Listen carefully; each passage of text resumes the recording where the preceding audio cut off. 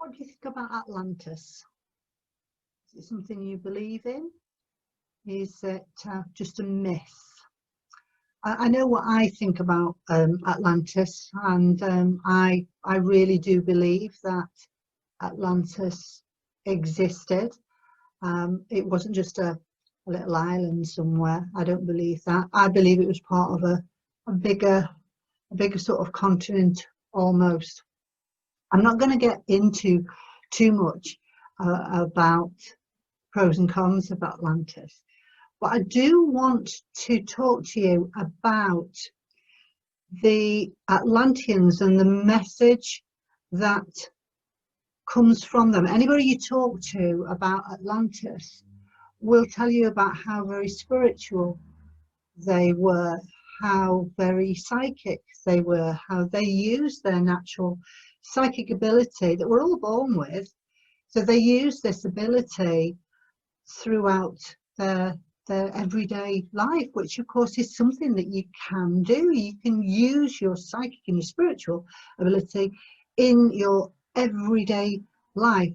We need to get back to basics with that. We need to connect to our, you know, that intuition, that gut feeling you've got, that knowing that you've got, or using your sixth sense, using the sixth sense to be able to utilize it in your every day, in your everyday life. So with that in mind, I thought today we'd work with the Atlantis cards. So these are Diana Cooper's cards, and they're just called Atlantis. They're quite beautiful cards. I've had these for quite some time, and I'm just going to shuffle the cards a little bit, and we're going to focus on spiritual and psychic ability with this, and how you can bring this out yourself. What can you do to help yourself with your spiritual and psychic development? So I'm just going to put them all out in front of me, and I'm just going to, you know, as I do, I scan with my left hand. So that's what I'm going to do, and that feels sort of a warm area right down here. So I'm going to pull that first card out. Just going to move that one out of the way, because that is actually the instructions as to how to use them. So we'll just take that out of the way at the moment. Now, some of these cards are upside down, some of the right way up. I don't always necessarily go with how they lie, any of the cards, unless Spirit want me to, unless they say, oh no, this needs to be reverse of what that card means. So I'm just going to do 3 for now. Let's just see where we go with those. So, oh, that's an interesting one, because the first one is called the Crystal Skulls. And I don't know if you can see on the table behind me, but I do have 2 crystal skulls there.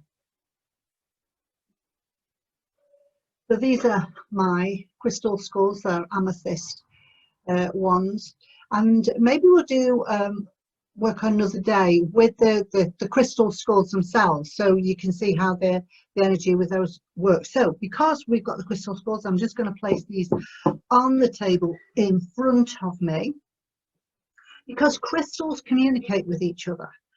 Okay, they send out a vibration and then they receive a vibration. So they're amplifiers of sound, of vibration. That's why crystals used in watches, computers, as clear quartz in most of the electrical things that you use in your everyday life. So they are great conductors of energy, and that is what Atlantis is known for, is being their use of crystals and being able to use the energy from the crystals to, like, even with, you know, now we have the solar panels. Well, there's nothing new with solar panels, because the Atlanteans used the crystal energy to magnify the energy of the sun, so that they could use that to make things work. And we know a lot of other stuff. Ancient civilizations also used the energy from the sun to help them to use things. And the crystals, of course, amplify that. Just like, you know, if you have a magnifying glass and you can direct it at the sun, it will magnify.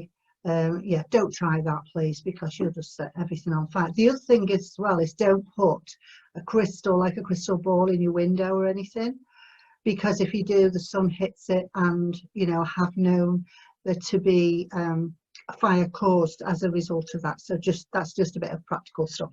So the first one is the crystal skulls. So the skulls are you know, a whole thing all on their own. But, you know, if you were to meditate with a crystal, then you will find that they will enhance your meditation depending on what crystal you choose. And I think crystals choose you anyway. So my crystal is the amethyst. I love the amethyst. I think my engagement ring is an amethyst ring as well. It's a beautiful energizing stone. It's a healing stone. It connects with the third eye as well, but it's also a protection stone. So I like it because it's a great all-rounder. It's great for sleep as well. You know, if you have problems sleeping, put a amethyst underneath your pillow, and that will help you. So the feeling is with this is that you need to sort of, if you have a problem and you're not quite sure what to do, is to meditate on that, what that problem is. So let's not look at what the problem is. Let's look at what your solution is. So is the solution, like the word say, happy?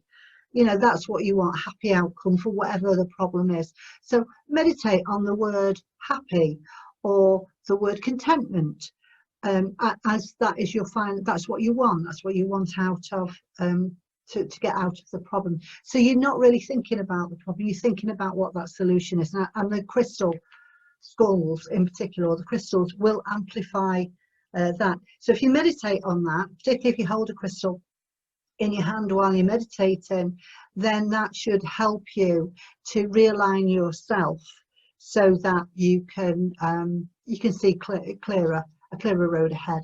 So the next one, the next card, sorry, is cooperation. Oh, you can't really see these very well. There you go. I will put them at the end of the video so you can see them. So cooperation. Because in Atlantis, everybody sort of got on with everybody else. You know, there was no reason to be falling out with people. There was no reason to have differences of opinion. Everybody got on with everyone else, and I don't see what's wrong with that. To me, it's a very, very good thing. So this could be friendship. It could be relationships with family members. So this is all about, as well, having a good relationship with yourself.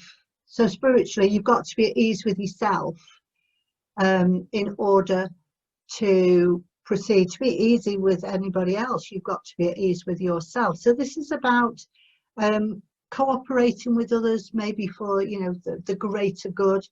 So again, if you want to meditate on that, what can you do today to help somebody else? You know, that gives you sort of a feel-good factor, even if it's just saying hi to someone or smiling at them as you're going past them in the street. It's just to let others know that, you know, there's a loving, friendly energy that can be shared there. So there's the vibration that goes out is a very loving sort of sharing sort of feeling to that. Now this one is the 7 pillars of wisdom.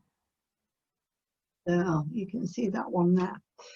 So this is a reminder that we live in an ordered universe. So, you know, we're aware of the universe, we're aware of living on the earth plane, but we're aware of the universe as well.